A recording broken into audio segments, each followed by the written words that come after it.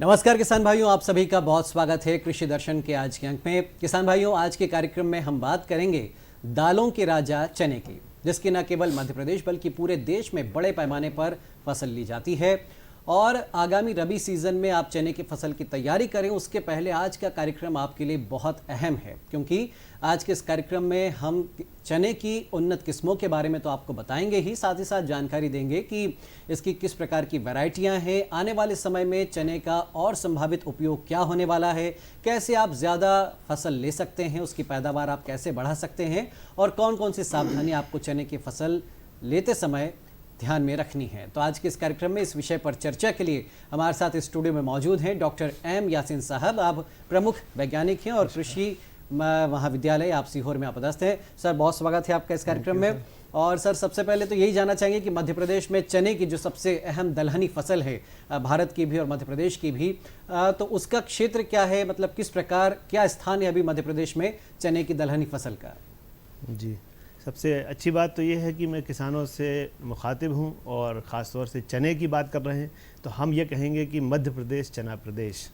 आज पूरे इंडिया में जितना भी क्षेत्र है चने का, तो हमारा पूरे का पूरा जितनी भी पल्स क्रॉप है उसमें मध्य प्रदेश आगे है, लेकिन चने में बहुत आगे है। करीब करीब 45% पूरे इंडिया का क्षेत्र हमारे पास है। अच्छा। साथ ही साथ उत्पादन में भी हम बहुत आगे हैं और हम ये कह सकते हैं कि चना प्रदेश मध्य प्रदेश, यही एक बहुत शॉर्ट फॉर्म में ये हो सकता है कि मध्य प्रदेश चना प्रदेश। और इसके लिए सारे के सारे हमारे किसान भाई और गवर्नमेंट की पॉलिसीज़ और रिसर्च, इन सब का योगदान काफ़ी है। बिल्कुल। अगर हम उत्पादन की बात करें तो कितना उत्पादन मध्य प्रदेश या देश में चने का होता है?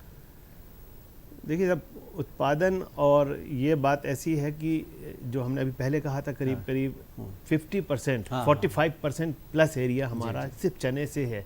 पूरे इंडिया को दूसरे नंबर पर महाराष्ट्र है, तीसरे नंबर पर राजस्थान है, फिर तेलंगाना है और फिर ये है। तो अगर देखा जाए तो हमारा क्षेत्र ऐसा है कि 2-4 स्टेट से बड़ा है, इतना बड़ा एरिया। और सबसे ज़्यादा ये है कि यहाँ पर जो गेहूँ नंबर 1 पे है रबी क्रॉप में, और दूसरे नंबर पर चना है। तो ये सवाल अब यहाँ पर ये सर कि जैसा आपने बताया कि मध्य प्रदेश में इतने बड़े पैमाने पर चना, क्या पूरे जिलों में होता है, सभी जिलों में चना हो रहा है या फिर उसमें कुछ अंतर रहता है? जी, नहीं, देखिए, बात तो ये है कि मध्य प्रदेश के करीब करीब सभी ज़िलों में चना लगाते हैं। 2 तरह से लगाते हैं लोग। एक अपनी ज़रूरत को पूरा करने के लिए, क्योंकि हमारी बहुत इंपॉर्टेंट क्रॉप है, हमारा बेसन और दाल सब उससे जुड़ा हुआ है, रोज़मर्रा के खाने का।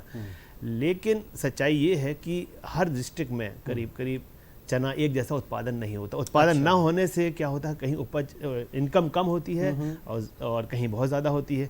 तो ऐसे भी क्षेत्र हमारे 8-10 डिस्ट्रिक्ट ऐसे हैं जहाँ पर 5 कुंटल 6 कुंटल चना होता है 1 हेक्टेयर में। इसका मतलब उनको नेट प्रॉफिट नहीं है। लेकिन इसका दूसरा पहलू ये भी है कि कुछ क्षेत्र ऐसे हैं, कुछ डिस्ट्रिक्ट ऐसे हैं 8-10 जहाँ पर 20 कुंटल से ज़्यादा होता है।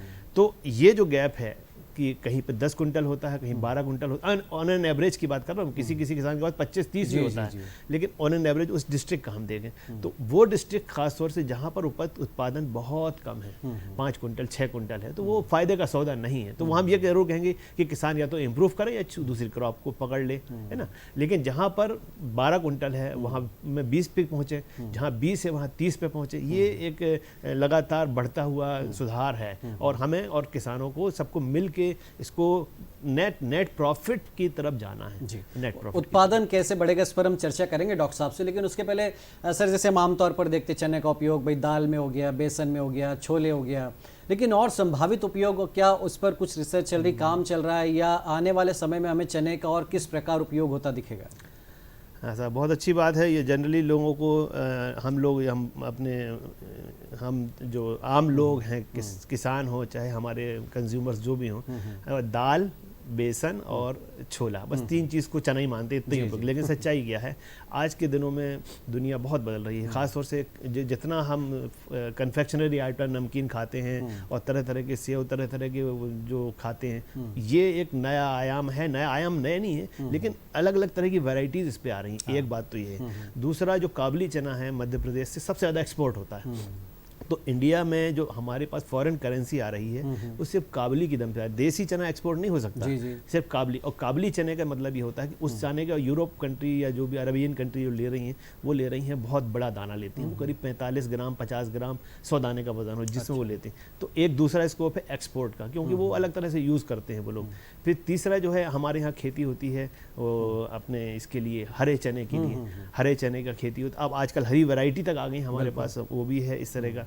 और साथ ही साथ जो प्रोटीन की बात हो रही है आजकल, जैसे एनिमल प्रोटीन के पाउडर मिलते हैं मार्केट में, आज के दिनों में कुछ दिनों बाद ये होने वाला है कि चने की प्रोटीन। मैं कुछ तस्वीरें भी दिखा रहा हूँ डॉक्टर साहब, ये इनको थोड़ा समझाइए। ये हमारे यहाँ से जो अलग अलग वैरायटीज़ निकली हैं जो मध्य प्रदेश, जैसे ये वाली वैरायटी जो है, ये वैरायटी जो है इसका दाना बहुत बड़ा है इस तरह का। तो इस तरह की बहुत सी वैरायटी तो बहुत पुरानी हो गई हैं, और भी वैरायटीज़ हैं हमारे पास अभी जो हैं। RVG 151 वैरायटी जिसका 45 ग्राम 50 ग्राम 100 दाने का वजन है। जबलपुर से JG के 6 वैरायटी निकली है जो 45 ग्राम से ऊपर दाने वाली। तो एक्सपोर्ट पर्पस के लिए हमें ये बड़े दाने पे ही चलना पड़ेगा, क्योंकि वो जो उसके स्टैंडर्ड है छोटे दाने को लेते नहीं है वो लोग, मतलब एक्सपोर्ट नहीं होता, उसकी वैल्यू नहीं होती है। जी बिल्कुल। तो देसी और काबली चने के बारे में तो हम जानते हैं, लेकिन और कितने वेरिएशन है, कितने प्रकार के चने हो सकते हैं? देखिए, ब्रॉड स्पेक्ट्रम तो पूरे वर्ल्ड में 2 तरह के चने हैं। देसी चना जो हमारे यहाँ होता है जिसमें ब्राउन स्किन होती है और थोड़ा सा लाइट येलो कलर की स्किन होती है, या ये कह लीजिए आप थोड़ा सा ग्रीन कलर होता है। ये तस्वीरें जो दिखा, जी, ये भी सब वैरायटीज़ हैं हमारे यहाँ की। अच्छा। तो ये इस तरह का है। और दूसरा एक चना है जो हमारे नरसिंहपुर वाले क्षेत्र में वो सब होता है, गोल दाना हुआ करता है, जिसको गुलाबी चना बोलते थे लोकल लैंग्वेज में, तो हम लोग उसको पीछे बोलते हैं कि मटर की तरह दाना होता है। तो वो भी वैरायटीज़ हैं। तो वो कुल मिला के देखा जाए तो चने का देसी और काबली में ब्रॉड स्पेक्ट्रम है, और बाकी फिर देसी में कई तरह के दाने मिलते हैं। कुछ वैरायटियों के बारे में अगर आप बताना चाहें तो? देखिए सब वैरायटी जो पहले जो चलती थी उनमें क्या कुछ बदलाव आए हैं, कुछ जो रिसर्च हुए हैं, तो किस तरह के बदलाव आए? आज हम अगर ये देखें तो आज़ाद देश में चना बहुत बदल गया। मीन्स कभी मध्य प्रदेश में 6 कुंटल मध्य प्रदेश की एवरेज प्रोडक्टिविटी हुआ करती थी, आज वो 12 क्विंटल पर हेक्टेयर एवरेज हो गई है। मतलब इतना डबल हो गया, लगभग दुगना। करीब 18 लाख में होता था चना, तो आज 32 से 34-35 लाख, मतलब जस्ट डबल हो गया। तो मध्य प्रदेश की इनकम बहुत बढ़ी है इसकी वजह से, चने की वजह से। अब सवाल ये उठ रहा है कि बढ़ी क्यों है, तो हमारा ये था सवाल, इसका जवाब यही है कि किसानों को नई किस्में दी गई। जो देर से पहले 140 दिन में पकती थी, अब हमारे पास 110 दिन में पकने वाली, 115 दिन में पकने वाली वैरायटीज़ हैं। हमारा बिल्कुल टारगेट बना के रखा कि हमारी वैरायटी 110-115 दिन की पहले पक जाए, ताकि हमारे को उपज का नुकसान ना हो। तो एक तो ये बड़ा चेंज आया। तो एक काम हम लोगों ने ये किया कि चने की किस्मों की ड्यूरेशन जो होता है ना, वो घटा दिया। ठीक है। 10-15-20 दिन तक उसको कम कर दिया, तो वो फायदा हो गया उपज में।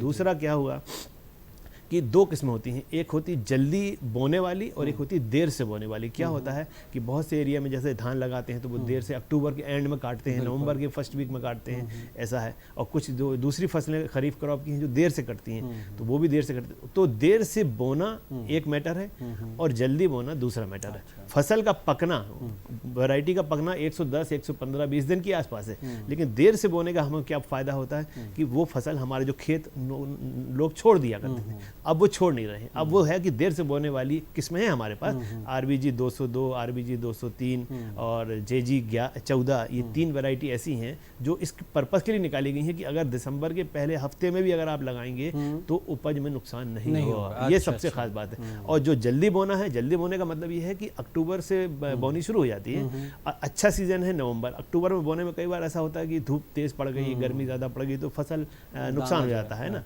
तो लेकिन मजबूरी हमारी ये है कि सारा के सारा रेनफेड सिस्टम है, वर्षा आधारित चने की खेती होती है। तो वर्षा आधारित होने की वजह से हमें मजबूरी में ज़मीन का मॉइस्चर जो रहता है वो ख़त्म ना होने पाए।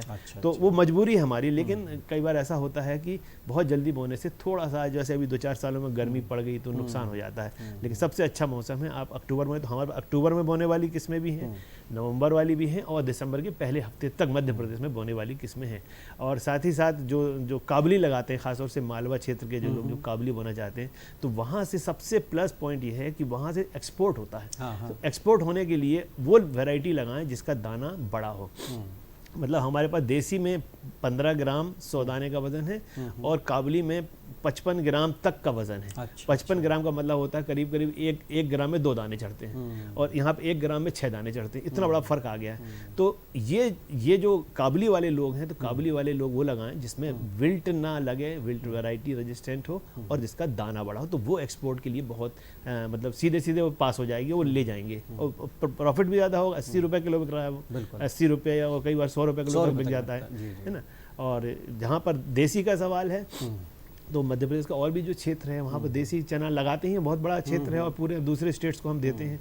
तो हर तरह की वैरायटीज़ अवेलेबल हैं और सबसे अच्छा तरीका है कि वैरायटी आप बहुत सोच समझ के किसान भाई जो हैं अपनी तजुर्बे देखें, पहले गुजरे सालों में कहाँ धोखा खाया और कहाँ नहीं खाया। ऐसे हम लोग बार हमारे पास किसान आते हैं तो साहब हमारे यहाँ उगटा लग गया, उगरा लग गया और ये वैरायटी ऐसा हो गया वैसा हो गया। तो हम लोग उनको कहते हैं भाई आपने कौन सी वैरायटी लगाई, तो पता चलता है साहब वो तो साहब याद ही नहीं है कौन सी लगा रहे हैं। तो आज के ज़माने में हमने जितनी भी चने की देसी वैरायटी निकाली उसमें सब में विल्ट 100% रेजिस्टेंट है। अच्छा। तो ये बात करें कि नई वैरायटी लें। अरे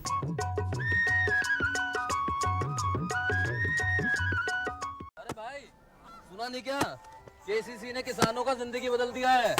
देश के छोटे किसान 1,60,000 रुपये तक का कर्ज बिना किसी गारंटी को ले पाएंगे। ब्याज खोरों से भी पीछा छूटा। मैं तो जैविक खेती का पूरा सामान मंगा लिया, केसीसी का भी कोई दबाव नहीं है। ब्याज चुकाने के लिए पूरा 1 साल मिलता है। समय पर भुगतान करने पर केवल 4% के सालाना ब्याज पे लोन मिल गया मुझे। अपना आधार कार्ड, लेटेस्ट फोटो और जमीन के कागजात लेके अप्लाई करो बस।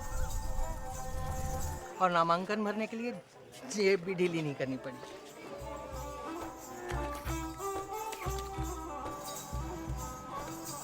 चाचा, उधार चुकाने के 24 घंटे के बाद उतने ही पैसे वापस निकाल सकते हैं। केसीसी ने किसानों की जिंदगी वाकई बदल दी है। तो आप भी किसान क्रेडिट कार्ड अपनाएं और सहजता से ऋण पाएं।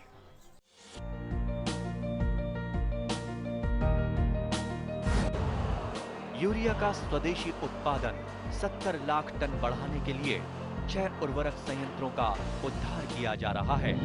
FCIL के गोरखपुर, सिंदरी, तलचर और रामागुंडम संयंत्र, HFCL की बरौनी इकाई और BVFCL की नामरू फोर्थ। सोने पर सुहागा ये है कि देश में अब बनेगा सिर्फ नीम लेपित यूरिया, क्योंकि इससे होगा किसानों का फायदा ही फायदा। अनाज का उत्पादन 10% तक बढ़ेगा, बढ़ेगी 10 से 15% नाइट्रोजन क्षमता।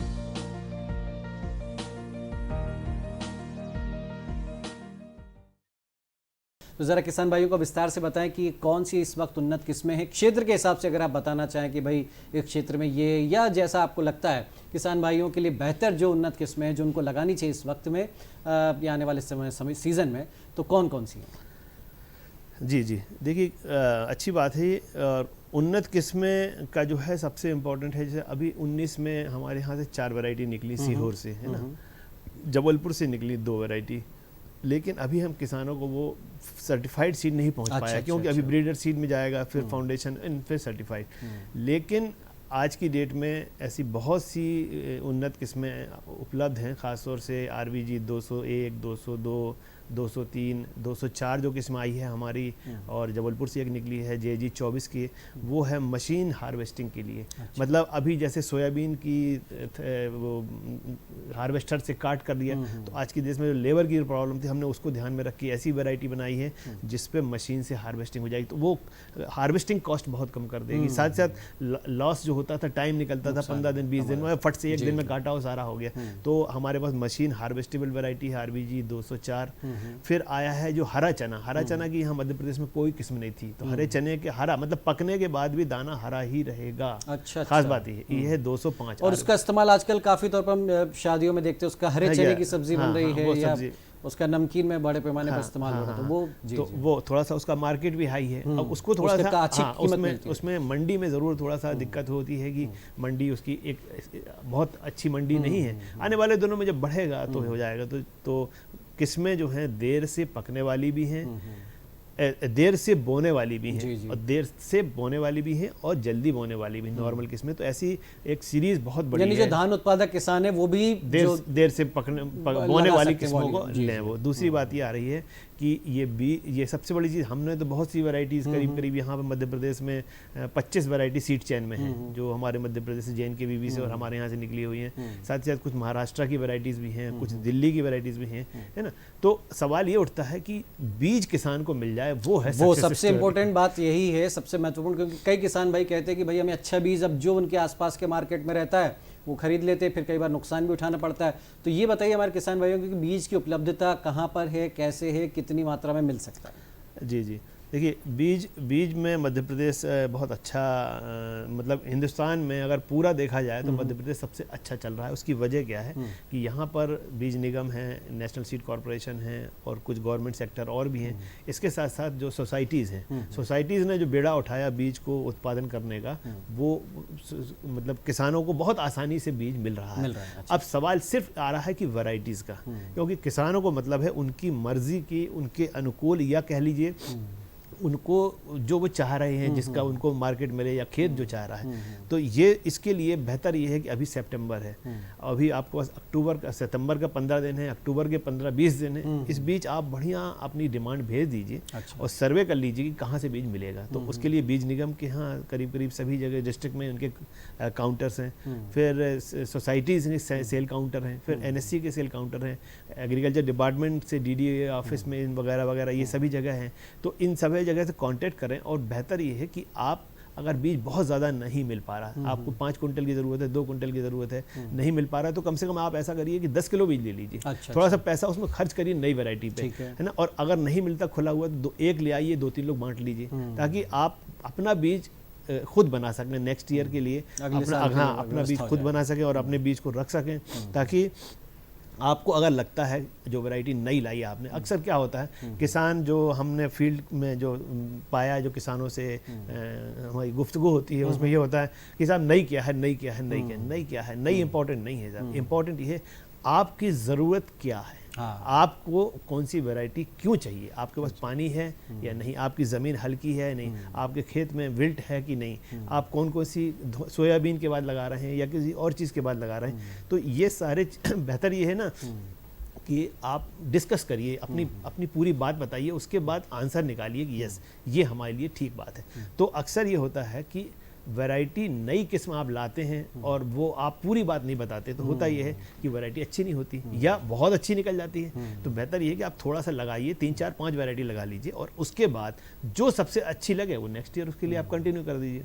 तो बेहतर तो यही मैं समझूंगा कि आप नई किस्मों को कोशिश करिए कि बीज लें, और अभी से कोशिश करेंगे तो थोड़ा तो मिल सकता है। यानी अभी से इसीलिए देखिए किसान भाइयों, हमने आज एक कार्यक्रम रखा है कि भले ही अभी चने की बोनी में समय है, लेकिन उसके पहले आप तैयारी अभी से करना शुरू कर दें, ताकि आपको बीज, अच्छी क्वालिटी का बीज आसानी से मिल जाए। और नहीं भी मिल रहा है डॉक्टर साहब, कई किसान भाई कहेंगे कि साहब बीज हम नहीं ले पा रहे हैं, उपलब्धता नहीं है, तो फिर वो घर में कैसे तैयार करें, उसमें उनको क्या सावधानियाँ रखनी है? हाँ सर, देखिए क्या मध्य प्रदेश में और पूरे भारत में ही करीब 20% लोग किसान जो हैं वो नया बीज लेते हैं। मतलब 80% तो किसान अपना ही बीज उपयोग करता है।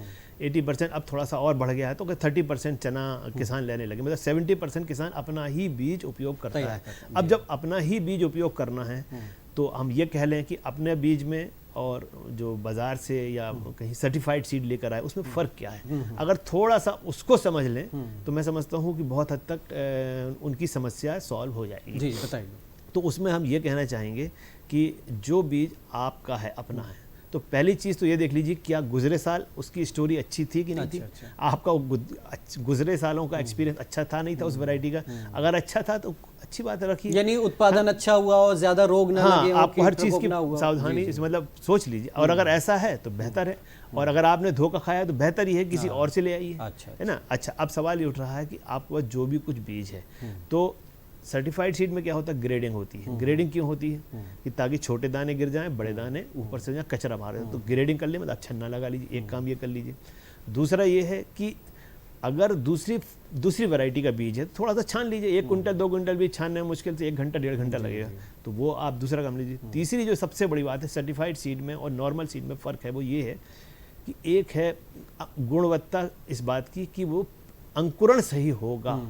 अंकुरण ही खेत की जान है। क्यों? अगर 5 लाख पौधे चाहिए हमें तो इतना बीज लगना है, और अगर अंकुरण कम हो गया तो आप बीज बढ़ाना पड़ेगा आपको। मतलब कहने का ये है कि आपको 4.5 से 5 लाख पौधे देसी यानी अंकुरण करके आप देख लें तो घर में अंकुरण जिसका- देखिए घर में हाँ, करके ये सबसे अंकुरण जरूरी करने के लिए सबसे अच्छा तरीका ये है कि आप 100 दाने निकालिए, गिनिए, रैंडमली निकालिए, मत सोचिए कि अच्छा निकालें, ऐसे निकालिए और 100 दाने निकाल के आप उसको एक क्यारी बनाइए, 10 लाइन लगा ठीक दीजिए है। और उसमें ढक दीजिए मिट्टी से और थोड़ा सा पानी डाल दीजिए। 8वें दिन आपको सब दिख जाएंगे। पता चल तो जितने निकल गए उतना % अंकुरण हो गया। जी। चने में 70%, 80% से ज्यादा होना चाहिए, 85% करीब है। तो 85% हो जाना मतलब काफी आपके लिए तो ये देखिए बिल्कुल किसान भाइयों, ये सावधानी आपको रखनी है। चने की उन्नत किस्मों का ध्यान रखना है। आपके क्षेत्र के हिसाब से कौन सी बढ़िया किस्में, आप चाहें तो आपके निकट के जो कृषि विज्ञान केंद्र है वहां से भी आप इस बारे में सलाह ले सकते हैं, और जो बीज निगम है वहां से भी आप पूछ सकते हैं कि नई वैरायटी है, या जो बताया डॉक्टर साहब ने कि नई वैरायटी पे अगर ना भी मिले तो कोई बात नहीं, पुरानी जो वैरायटी उसी को आप,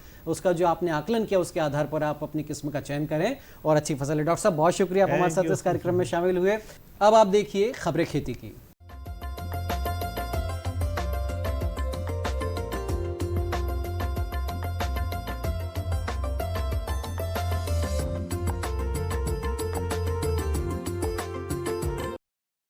नमस्कार किसान भाइयों, खबरें खेती में आपका स्वागत है। आइए नजर डालते हैं आज की कृषि की मुख्य खबरों पर। 5 सालों में 100 लाख हेक्टेयर पर माइक्रो इरिगेशन, खरीफ फसलों की उपार्जन संबंधी सहमति, सब्जी वाली फसलों में सामायिक कार्य, सॉइल हेल्थ कार्ड योजना और कस्टम हायरिंग केंद्र योजना। 5 साल में 100 लाख हेक्टेयर पर माइक्रो इरिगेशन। केंद्र सरकार ने 5 वर्षों में सूक्ष्म सिंचाई के अंतर्गत 100 लाख हेक्टेयर भूमि कवर करने का लक्ष्य रखा है। कृषि में जल उपयोग दक्षता बढ़ाने के लिए सूक्ष्म सिंचाई कवरेज पर आयोजित वेबिनार में केंद्रीय कृषि मंत्री श्री नरेंद्र सिंह तोमर ने कहा कि वर्ष 2019-20 में ड्रिप व स्प्रिंकलर सिस्टम अपनाने से 11 लाख किसानों को लाभ हुआ है। माइक्रो इरिगेशन फंड कॉप्स की स्टीयरिंग कमेटी व नाबार्ड ने राज्यों में 3,805 करोड़ रुपए ऋण की परियोजनाओं को मंजूरी दी है, जिनका क्षेत्र कवरेज 12,53,000 हेक्टेयर है। खरीफ फसलों के उपार्जन संबंधी सहमति। प्रदेश में सोयाबीन सहित अन्य खरीफ फसलों के उपार्जन संबंधी प्रस्ताव पर राज्य सरकार ने सैद्धांतिक सहमति प्रदान कर दी है। ई उपार्जन पोर्टल पर पंजीयन की कार्यवाही शीघ्र प्रारंभ की जा रही है। भारत सरकार की प्राइस सपोर्ट स्कीम के तहत खरीफ फसलों के उपार्जन की तैयारी पूरी कर ली गई है। पंजीयन के लिए विगत वर्ष के सभी पंजीयन केंद्र यथावत रखे जाएंगे, जिससे किसानों को परेशान न होना पड़े। प्रदेश में सोयाबीन, अरहर, उड़द, मक्का के अतिरिक्त 34 जिलों में मूंग, 30 जिलों में तिल, 13 जिलों में राम तिल, 20 जिलों में मूंगफली, 9 जिलों में कपास की खरीद की जाना है। पंजीयन का कार्य 15 सितंबर से 15 अक्टूबर 2020 तक चलेगा। किसानों को सामयिक सलाह। रबी फसलों की बुआई से पूर्व भूमि उपचार हेतु ट्राइकोडर्मा 5 किलोग्राम प्रति हेक्टेयर का प्रयोग करें। बीज उपचार हेतु फफूंदनाशक कार्बेंडाजिम या वीटावेक्स 2 ग्राम प्रति किलोग्राम बीज की दर से प्रयोग करें। अरहर में पत्ती मोडक तथा पोड फ्लाई के नियंत्रण हेतु प्रोफेनोफॉस 1200 मिलीलीटर प्रति हेक्टेयर अथवा क्लोरोपाइरिफॉस साइपरमेथ्रिन 1000 मिलीलीटर प्रति हेक्टेयर का पर्णीय छिड़काव करें। धान की फसल जहां पर दूध वाली अवस्था में है, वहां रस चूसक कीट का प्रकोप देखा जा रहा है। इसके नियंत्रण हेतु इमिडाक्लोप्रिड 250 मिलीलीटर प्रति हेक्टेयर की दर से छिड़काव करें। धान में आभासी एवं छद्म कंडवा रोग से ग्रसित पौधों को नष्ट करें एवं कॉपर ऑक्सीक्लोराइड 1 किलोग्राम प्रति हेक्टेयर का छिड़काव करें। सब्जी वाली फसलों में सामयिक कार्य। पत्ता गोभी, फूल गोभी आदि गोभी वर्गीय सब्जियों की रोपणी तैयार करें। आलू, मटर, मूली, गाजर, मेथी, पालक, धनिया, लहसुन इत्यादि की बोनी करें। प्याज की फसल हेतु रोपणी तैयार करें। सब्जियों की खड़ी फसल में उर्वरक देवें तथा खरपतवार प्रबंधन का कार्य करें। सब्जियों में कीटों की रोकथाम हेतु फेरोमोन ट्रैप, बर्ड पर्च, प्रकाश प्रपंच आदि का प्रयोग करें। सब्जियों में रस चूसक कीट के प्रबंधन हेतु पीला चिपचिपा प्रपंच तथा थायोमिथाक्साम 700 ग्राम या इमिडाक्लोप्रिड 250 मिलीलीटर या एसिटामिप्रिड 100 मिलीलीटर प्रति हेक्टेयर का छिड़काव करें। सब्जियों में पर्णभक्षी कीटों के प्रबंधन हेतु लेमडा साइहेलोथ्रीन 125 मिलीलीटर प्रति हेक्टेयर का छिड़काव करें। टमाटर, मिर्च, बैंगन आदि सब्जियों में अगेती अंगमारी के नियंत्रण हेतु संक्रमित पत्तियों को निकालकर नष्ट करें व कॉपर ऑक्सीक्लोराइड 1 किलोग्राम प्रति हेक्टेयर का पर्णीय छिड़काव करें। सॉइल हेल्थ कार्ड योजना भारत सरकार द्वारा मृदा स्वास्थ्य प्रबंधन हेतु कृषकों को सॉइल हेल्थ कार्ड प्रदान करने के लिए वर्ष 2014-15 से सॉइल हेल्थ कार्ड योजना लागू की गई है। योजना के अंतर्गत वैज्ञानिक पद्धति से ग्रिड आधारित मृदा नमूना एकत्रित कर विश्लेषण उपरांत फसलवार संतुलित पोषक तत्व एवं उर्वरकों की अनुशंसा के साथ कृषकों निःशुल्क सॉइल हेल्थ कार्ड उपलब्ध कराया जाना है। योजना का प्रमुख उद्देश्य ग्रिड के आधार पर मृदा नमूना लिए जाकर प्रत्येक कृषक को 3 वर्ष के अंतराल पर मृदा स्वास्थ्य कार्ड उपलब्ध कराना एवं पौधे के लिए आवश्यक मुख्य एवं सूक्ष्म तत्वों का मृदा नमूना में परीक्षण कर उर्वरकों की अनुशंसा करना है। मृदा नमूनों का एकत्रीकरण एवं सिंचित क्षेत्र में सीमांत एवं लघु कृषकों से 2.5 हेक्टेयर क्षेत्र में तथा मध्यम, अर्ध मध्यम व बड़े सभी कृषकों से उनके द्वारा धारित प्रति जोत एक नमूना लिया जाता है। असिंचित क्षेत्र में सीमांत, लघु, अर्ध मध्यम, मध्यम कृषकों के 10 हेक्टेयर प्रति ग्रिड एक नमूना लिया जाना है तथा बड़े कृषकों से उनके द्वारा धारित प्रति जोत एक नमूना लिया जाता है। मृदा नमूना का एकत्रीकरण किसान मित्र ग्रामीण कृषि विस्तार अधिकारी के माध्यम से किया जा रहा है। किसान भाई अपने ग्राम के किसान मित्र ग्रामीण कृषि विस्तार अधिकारी से संपर्क कर अपने खेत का मिट्टी नमूना एकत्रित करा सकते हैं।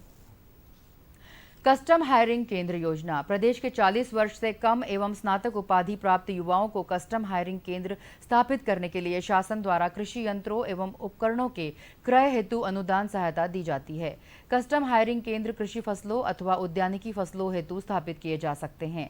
सामान्य वर्ग के आवेदकों को केंद्र में रखे जाने वाले कृषि यंत्रों एवं उपकरणों की लागत का 40% अधिकतम रुपए 10 लाख एवं अनुसूचित जाति जनजाति के आवेदकों को 50% अधिकतम रुपए 10 लाख तक की अनुदान सहायता दी जाती है। अनुदान बैंक ऋण प्रकरण पर बैंक एंडेड सब्सिडी के रूप में दिया जाता है। कृषि उद्यानिकी, कृषि अभियांत्रिकी में स्नातकों को प्रत्येक जिले हेतु लक्ष्यों के 30% अधिकतम 3 केंद्रों के आवंटन की प्राथमिकता दी जाती है। योजना अंतर्गत आवेदन आमंत्रित करने के लिए वर्ष के प्रारंभ अप्रैल से विज्ञापन प्रकाशित कर MP ऑनलाइन से ऑनलाइन आवेदन आमंत्रित किए जाते हैं। विस्तृत जानकारी एवं लाभ प्राप्त करने के लिए क्षेत्र के संभागीय कृषि यंत्री कार्यालय से संपर्क करें। तो किसान भाइयों, खबरें खेती में बस इतना ही। अब मुझे आज्ञा दीजिए। नमस्कार। तो किसान भाइयों, आज के अंक में इतना ही। अगले अंक में फिर हाजिर होंगे खेती किसानी से जुड़ी नई जानकारियों के साथ। तब तक के लिए दीजिए अनुमति। नमस्कार।